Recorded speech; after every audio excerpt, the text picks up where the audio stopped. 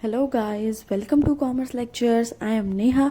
आज मैं आपको कराऊंगी class 11 business studies and topic होगा हमारा difference between goods and services. So guys, पढ़ते हैं अपना पहला डिफरेंस।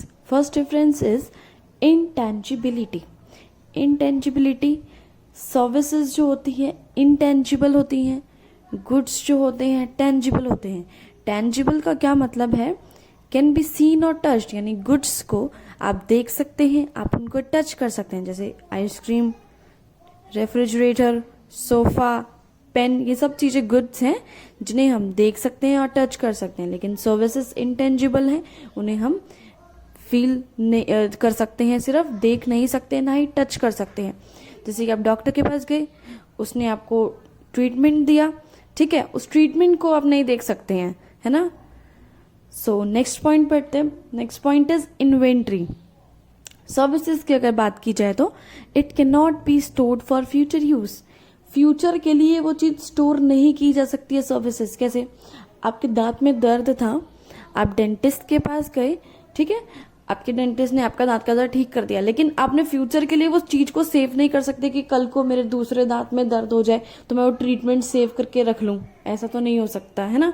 या फिर आप मूवी देखने गए एक थिएटर में, तो उस मूवी को सेव करके नहीं रख सकता कि दोबारा कभी देखने का मन करे तो मैं नेक्स्ट टाइम भी देख लूं, है ना। एक बार देख ली, बात खत्म, या एक बार ट्रीटमेंट ले लिया, बात खत्म। It can be stored for future use, लेकिन गुड्स जो हैं उसे आप फ्यूचर के लिए सेव कर सकते हैं। जैसे कि आपने पेन एक खरीदा, एक की जगह आप 10 खरीद लेते हैं, तो फ्यूचर के लिए वो काम आ जाएंगे, है ना। आप सेव कर सकते हैं फ्यूचर के लिए उसे। Next is inseparability. अब सर्विसेज की बात करते हैं। Services can not be separated from is provider, यानी जो इंसान सर्विसेज प्रोवाइड कर रहा है वो सर्विसेज उससे अलग नहीं की जा सकती है। जैसे कि डॉक्टर या डेंटिस्ट आपको ट्रीटमेंट दे रहा है, तो वो डेंटिस्ट का ट्रीटमेंट और डेंटिस्ट को अलग नहीं किया जा सकता है।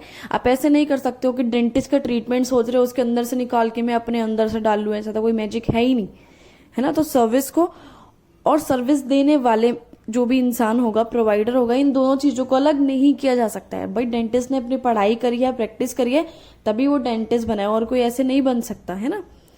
Goods can be separated from its owner. Goods अपने ऑनर से अलग हो सकते हैं, जैसे कि मैन्युफैक्चरर को कोई और होता है ना, और बेच उसे कोई और रहा होता है, होलसेलर, रिटेलर, बीच में कितने लोग होते हैं, कितने लोगों के पास वो गुड्स जाता है।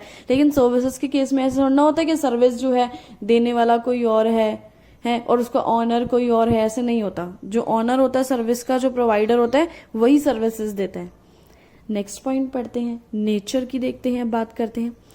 जो सर्विसेज है वो एक टाइप की एक्टिविटी है, एक प्रोसेस है, ठीक है। जैसे एक मूवी देख रहे हैं, ये एक एक्टिविटी है ना। लेकिन अगर गुड्स की बात करें जाए तो वो एक फिजिकल ऑब्जेक्ट है, जैसे कार, टीवी, है ना, इनको आप टच कर सकते हो। लेकिन वॉचिंग अ मूवी ये एक एक्सपीरियंस, आप इसे सिर्फ फील कर सकते हो कि एक एक्टिविटी है, कोई ऑब्जेक्ट नहीं है। नेक्स्ट पॉइंट देखते हैं अब, टाइप। टाइप सर्विसेज का टाइप है हेट्रोजीनियस, गुड्स का टाइप है होमोजीनियस। हेट्रोजीनियस मतलब होता है कुछ, कोई भी चीज ना डिफरेंट डिफरेंट तरह की होना, और होमोजीनियस मतलब ऑलमोस्ट सब चीजें सिमिलर होना। अब जैसे कि आप एक डॉक्टर के पास जाते हो, ठीक है, एक डॉक्टर जो है खांसी के लिए, कोई डॉक्टर जो है आपको टेबलेट दे देता है, गोली दे देता है, कोई सिरप दे देता है, कोई बोलता है अरे नहीं खांसी ज्यादा, इंजेक्शन लगवाओ, इंजेक्शन से ही जाएगी।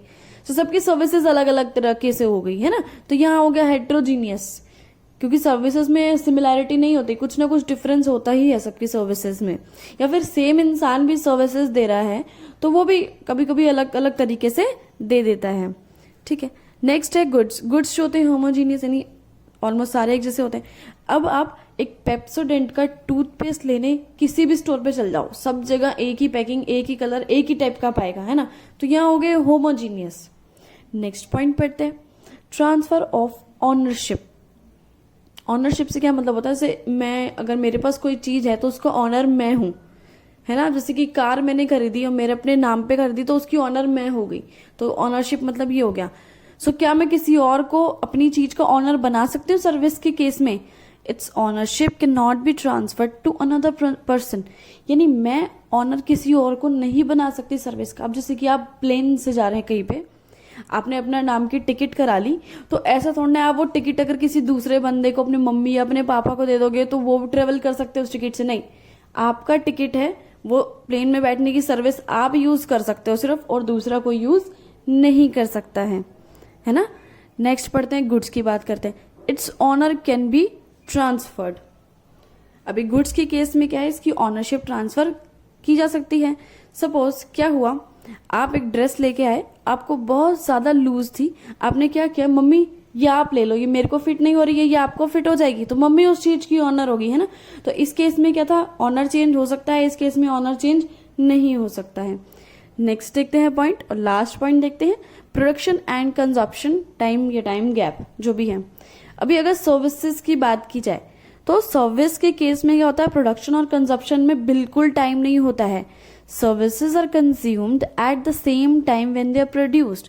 सर्विसेज उसी वक्त हमें कंज्यूम करनी पड़ती है, लेनी पड़ती है जब भी वो प्रोड्यूस हो रही है। अब जैसे कि आपने डॉक्टर से अपॉइंटमेंट लिए, आप डॉक्टर के पास गए ट्रीटमेंट लेने, तो डॉक्टर जब आपको सलाह दे रहा है या आपका ट्रीटमेंट दे रहा है, ऑपरेशन कर रहा है, उस वक्त आपको उधर प्रेजेंट होना चाहिए ना। या फिर ऐसे हो सकता है कि डॉक्टर ऑपरेशन कर रहा है, आप घर पे बैठे हैं, नहीं, है ना। तो सर्विसेज और जो है उनका कंजप्शन और प्रोडक्शन एक ही टाइम पे होता है। लेकिन अगर गुड्स की बात की जाए तो यहाँ पे टाइम गैप होता है प्रोडक्शन एंड कंजप्शन में। अब जैसे कि कोई भी गुड मैन्युफैक्चर हुआ, ठीक है, वही टूथपेस्ट का एग्जांपल ले लेते हैं, कार का एग्जांपल ले लेते हैं, तो ऐसा होना है कि मैन्युफैक्चर होते ही वो चीज बिक गई और आपने कंज्यूम कर ली, नहीं।